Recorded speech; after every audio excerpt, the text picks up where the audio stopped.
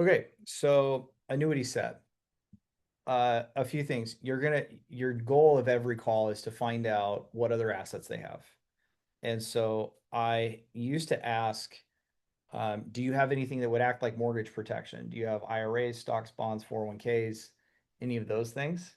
What I've started doing that's working a little better, it's just a little smoother, is I'll say, is there anything else that you have that your family's listed as a beneficiary on? For example, like private life insurance, IRAs, 401ks, any of those things. And you'll discover the money.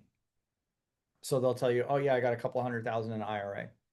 Okay, great. And with that IRA, is that like what's the intention behind it? Is that there for to support your retirement income?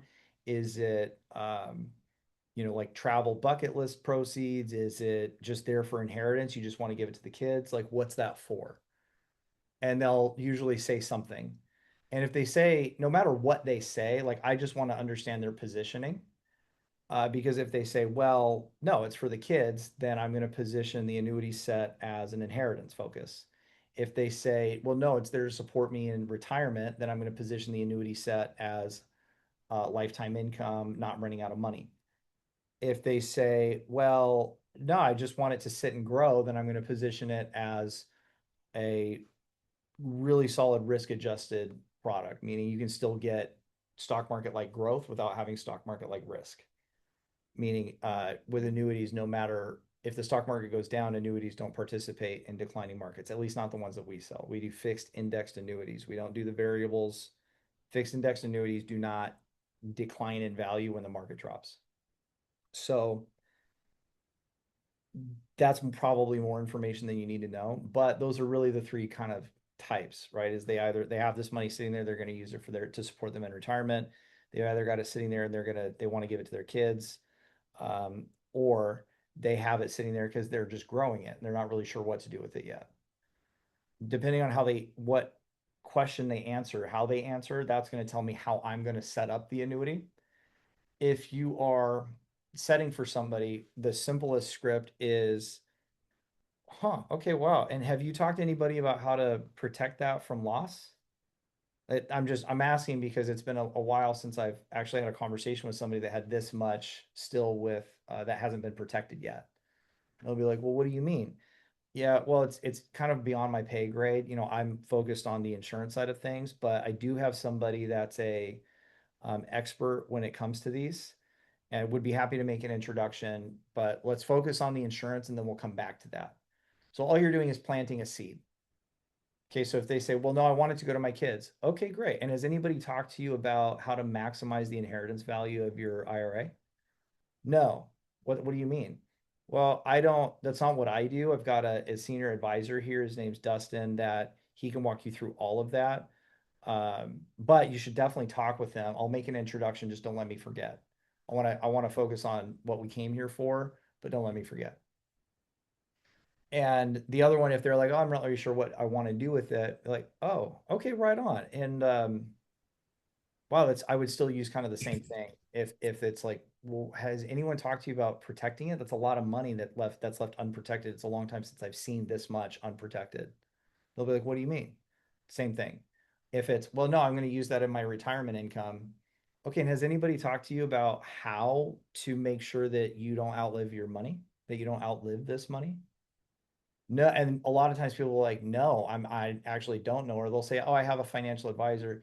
Yeah, and financial advisors are fantastic. They're really good at growing money, but when it comes to divesting and like taking the money out, that's not their strong suit. They're really good at putting money in and growing it. Has that advisor had conversations with you about how to make sure that your nest egg lasts you the rest of your life, no matter how long you live? Well, no, no, he hasn't done it. You mean your advisor hasn't given you a plan? Well, we have a retirement income advisor here. Um, I'm happy to set up a 15-minute discovery call. You guys can have a conversation. The one thing that every advisor would agree is that diversification is the best. And so even if it's like diversifying between what your advisor is doing and another way to think about your retirement plan, our advisor can walk you through all that. Let's focus on what we came here for. Just don't let me forget. And I'll make an introduction at the end of the call. Okay. So all you're doing is planting a seed. You're either planting a seed of, uh, oh, well, no, actually, you're trying to get to, I don't know how to do that. Like, I don't know how to divest my funds. I don't know how to maximize my IRA for value and inheritance.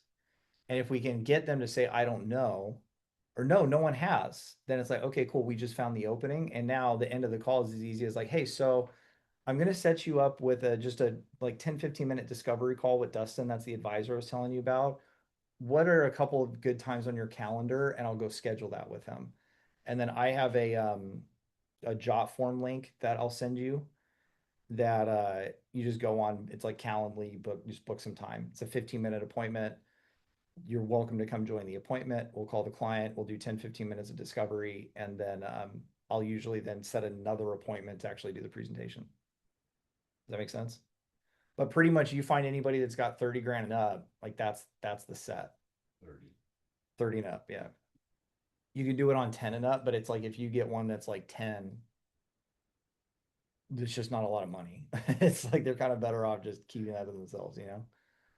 Uh, so that's the annuity set. Then the thing I would ask is like when you like make sure you do the tie down, like, hey, I just want to make sure that there's nothing that could come up that you're not going to be available, right? Because I don't want to put time on his calendar. That means that like time that I put on there, that's time that he can't spend with someone else. And there's a ton of clients that are trying to figure this out, especially with the state of the economy right now. So I just don't want to block this out unless I know you're going to be available. And so that time works for you for certain, right? There's nothing that's going to come up that's going to change that. Okay, great. And then you'll put it on the Calendly and off we go. The job form is really good for me too, because then I can track them. Like I can like I have a pipeline there to see like what's what. Does that make sense? Questions? Pretty straightforward.